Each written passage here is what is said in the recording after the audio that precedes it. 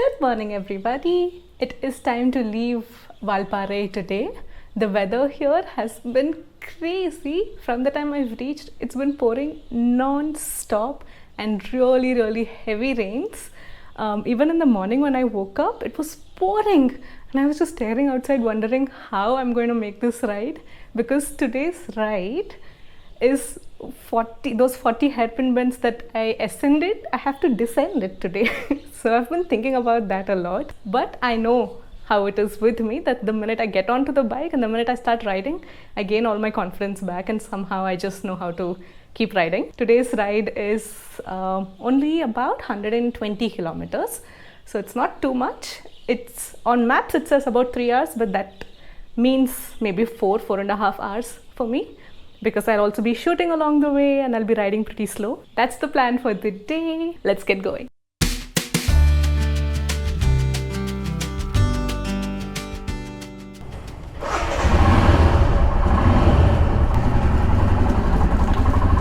If you're wondering where my Insta camera is, the camera that usually faces me so I can look at you when I'm talking, that camera is safe, it's with me, except that I forgot to put the memory card in, and I only realized it after I packed my luggage and I got onto the bike. But I'm here, okay?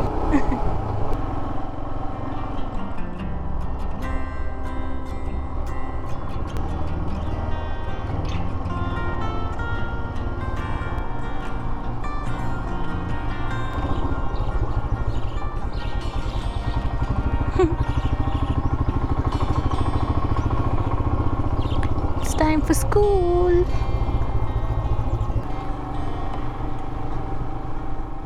Oh my god. Guys, there's literally nobody here.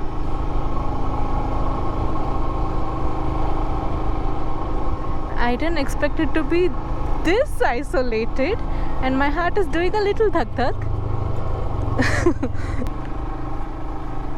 I must channel my Kashi. If you're scared, you do it scared. And I must remember all the episodes of Itchy Boots that I've seen, where she's gone to so many different countries and done so many things in my own India, and that also in a place that is familiar to me. Like Tamil Nadu is a familiar place. There's no need for me to be this scared, is there?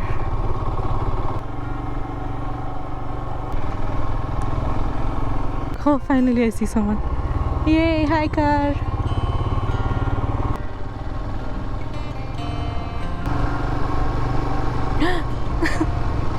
Oh my gosh. It is completely covered on the left side. Wow. Thalanar. There is a viewpoint here called the Thalanar Snow Point. Now I don't know if it actually snows there, but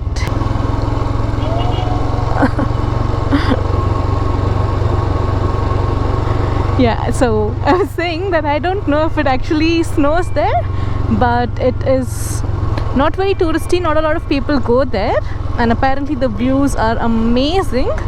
Of course, at this point it's there's too much fog, so you can't really see anything from that viewpoint.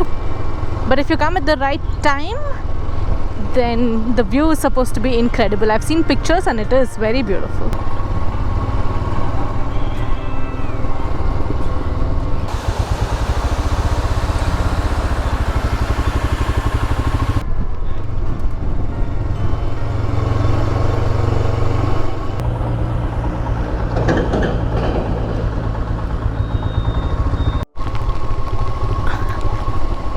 Okay, the hairpin bends have started as in I'm already on the 24th one, but from now on they're a lot more closer together, and along with this, rain has also started.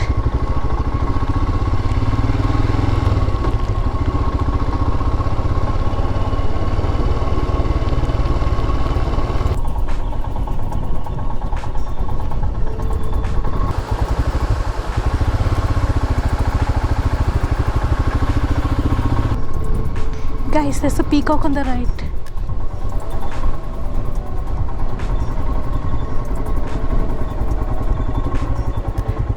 peacock.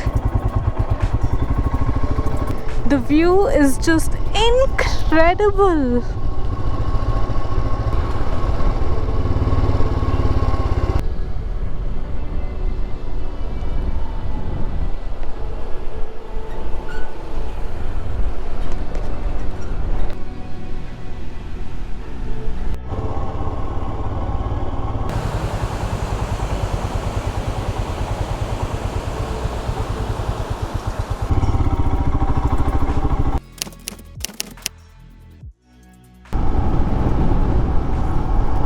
So I'm leaving the Coimbatore district and entering the Tirupur district, and eventually I'll be heading to Dindigul district, which is where Palani is at, and that's going to be my stopover for today. Tirupur, the town of Tirupur, not the district, but the town of Tirupur is actually a huge apparel hub, apparel manufacturing hub. And growing up, my dad would actually buy a lot of clothes in wholesale from Tirupur and come home when we were living in Coimbatore. So I suddenly remembered about that, and then I found out that turns out Tirupur is actually the knitwear capital of India, and more than 50% of the knitwear exports from India actually go from Tirupur. It's a huge manufacturing hub, and in fact it's Asia's largest knitwear market is also here. And then I was also reading that turns out brands like H&M, Zara, Tommy, all these really big brands also outsource their manufacturing to Tirupur because the quality and the standards are very, very high. That is so fascinating. Okay, so it is 50 kilometers or little less than 50 kilometers to Palani, and I'll see you when I get there. I've reached the sacred city of Palani, to which scores of devotees come here to worship Lord Muruga, who's also called Kartikeya, Subramanya, amongst many other names. When I was a little girl, I heard this story of Muruga and Ganesha so many times about how Muruga came to this town of Palani. And the story goes something like this. Narada Muni brings the Gnanapalam, which is the fruit of wisdom, and gives it to Lord Shiva. Lord Shiva wants to equally divide it between both of his sons, Muruga and Ganesha, but is counseled against it. So to figure out who should get this fruit of wisdom, Shiva decides to set up a competition. And so he decides that whoever goes around the universe 3 times gets this fruit of wisdom. Immediately upon hearing this challenge, Muruga gets on his vehicle, his Vahana, which is the peacock, and sets off on his journey. And Ganesha knows that there is no way that his vehicle, his Vahana, can go faster than Muruga's Vahana. And so he ponders a little bit, after which he just starts to circle around Shiva and Parvati. And after that he says that both of you are my universe. Shiva is very impressed by this and then gives the fruit of wisdom to Ganesha. Once Muruga comes back, he sees what has happened, and then he takes off to Palani and is said to be meditating on top of the Palani hills. The significance of this story is what I got very interested in. See, Ganesha is usually known as the remover of obstacles. That's why he's also called the Vignaharta. Vigna meaning obstacles, and obstacles is like a problem or any sort of a constraint that we're faced with in our day-to-day lives. In this case, Ganesha was faced with the constraint of a slow-moving vehicle.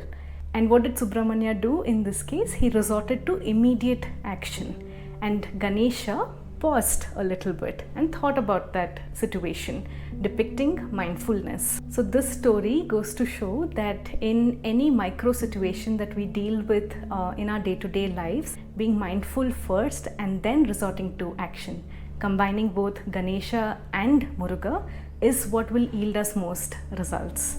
And that is why Ganesha Puja is the first puja that we do in any festival or in any occasion, to show that first you be mindful, which then removes your obstacles, and then you approach any task to be successful or to yield the right results.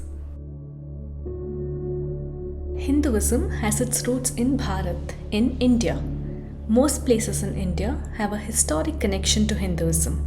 While I enjoy my rides through this beautiful country, I'm also seeking to learn, understand, and share this significance. While I was in Mysore, I had visited the Chamundeshwari Devi temple, and there I spoke a little bit of how Hinduism's teaching of every Atma is unique shaped my perspective on gender equality. And today, while I'm at Palani, I want to extend on this particular teaching of every Atma is unique a little bit more. Most of us have heard that we shouldn't compare ourselves with somebody else, that our journey in life is going to be very unique.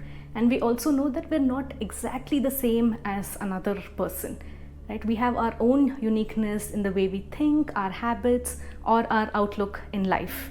And this very special combination makes all of us very unique from one another. Years ago, our ancestors defined this very unique predisposition of every individual as karma.